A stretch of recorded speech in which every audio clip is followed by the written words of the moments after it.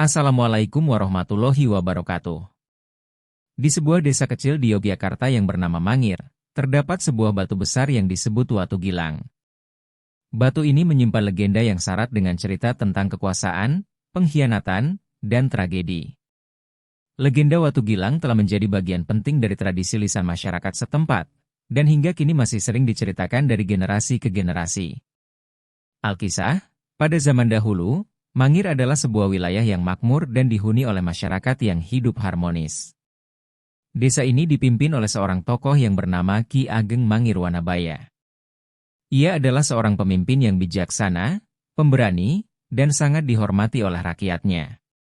Ki Ageng Mangir juga dikenal memiliki kekuatan supranatural yang membuatnya disegani, bahkan oleh penguasa Mataram, Panembahan Senopati. Pada masa itu, Kerajaan Mataram di bawah pimpinan Panembahan Senopati berusaha untuk memperluas kekuasaannya.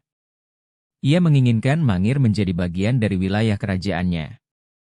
Namun, Ki Ageng Mangir Wanabaya menolak tunduk kepada Mataram karena ia merasa bahwa Mangir adalah wilayah yang merdeka dan berdaulat. Penolakan ini membuat Panembahan Senopati merasa terhina, dan ia mulai merencanakan cara untuk menundukkan Mangir. Panembahan Senopati memutuskan untuk menggunakan siasat licik. Ia mengirimkan putrinya, Rara Pembayun, untuk mendekati Ki Ageng Mangir. Rara Pembayun adalah seorang perempuan yang tidak hanya cantik, tetapi juga cerdas dan pandai berbicara. Ia diperintahkan untuk memikat hati Ki Ageng Mangir sehingga ia mau tunduk kepada Mataram. Rara Pembayun pun menerima tugas itu dengan penuh kepatuhan. Rara Pembayun menyamar sebagai seorang gadis biasa dan pergi ke Mangir. Dengan kecantikannya yang memikat, ia berhasil menarik perhatian Ki Ageng Mangir. Seiring berjalannya waktu, Ki Ageng Mangir jatuh cinta kepada Rara Pembayun, tanpa mengetahui identitas aslinya. Akhirnya, mereka menikah dan hidup bahagia di Mangir. Namun, kebahagiaan itu tidak berlangsung lama. Setelah beberapa waktu, Rara Pembayun mengungkapkan identitas aslinya kepada Ki Ageng Mangir dan mengajaknya untuk menghadap ke Mataram sebagai tanda penghormatan kepada Panembahan Senopati. Ki Ageng Mangir yang sudah sangat mencintai istrinya merasa ragu, tetapi akhirnya setuju untuk memenuhi permintaan itu. Ketika Ki Ageng Mangir tiba di Keraton Mataram bersama Rara Pembayun, ia diterima dengan penuh kehormatan. Namun, di balik keramahan itu, Panembahan Senopati telah menyiapkan rencana jahat. Dalam sebuah pertemuan resmi, Ki Ageng Mangir diminta untuk sujud kepada Panembahan Senopati sebagai tanda penghormatan. Saat itulah, Panembahan Senopati memanfaatkan momen tersebut untuk menghantamkan kepala Ki Ageng Mangir ke sebuah batu besar, yang kemudian dikenal sebagai Watu Gilang. Serangan itu menyebabkan kematian Ki Ageng Mangir. Batu Watu Gilang menjadi saksi bisu dari pengkhianatan dan tragedi ini. Konon, di batu tersebut masih terdapat bekas darah dan jejak kepala Ki Ageng Mangir. Batu itu kini disakralkan oleh masyarakat setempat dan dianggap sebagai pengingat akan kejadian tragis yang melibatkan cinta, pengkhianatan, dan ambisi politik. Namun, cerita ini tidak berhenti di situ. Setelah kematian Ki Ageng Mangir, masyarakat Mangir mengalami masa-masa sulit. Mereka kehilangan seorang pemimpin yang telah membela hak dan martabat mereka.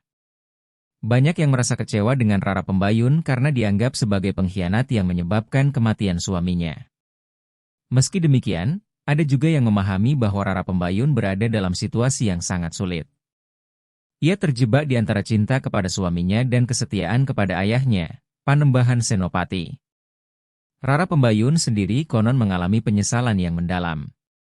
Setelah peristiwa tragis itu, ia memilih untuk menjauh dari keramaian dan menghabiskan sisa hidupnya dalam pengasingan.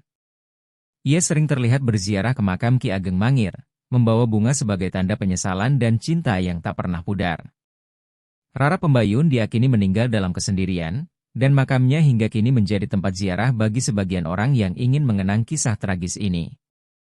Selain itu, Watu Gilang juga menjadi tempat yang sering dikaitkan dengan berbagai cerita mistis.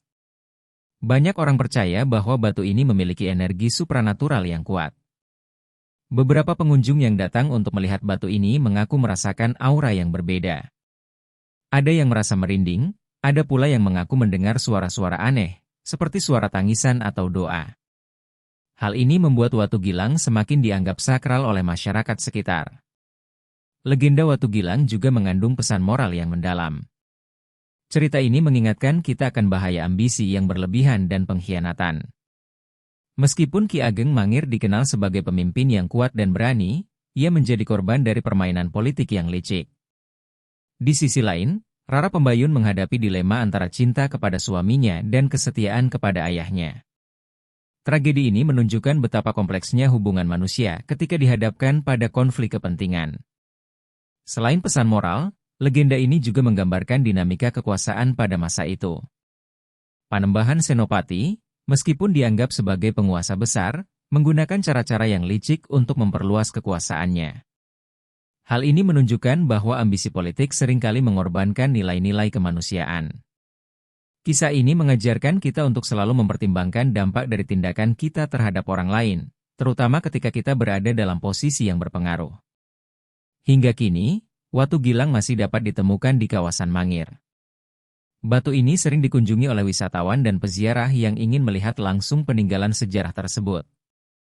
Bagi masyarakat sekitar, Watu Gilang bukan hanya sebuah batu, tetapi juga simbol dari cerita yang mengajarkan nilai-nilai kehidupan.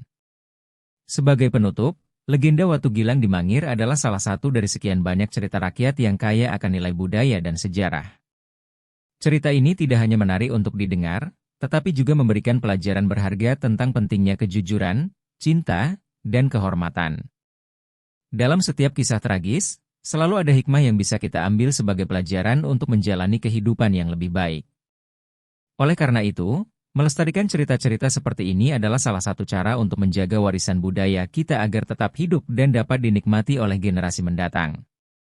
Semoga cerita ini menambah wawasan kita. Mohon maaf apabila ada cerita yang salah atau kurang berkenan. Terima kasih. Wassalamualaikum warahmatullahi wabarakatuh.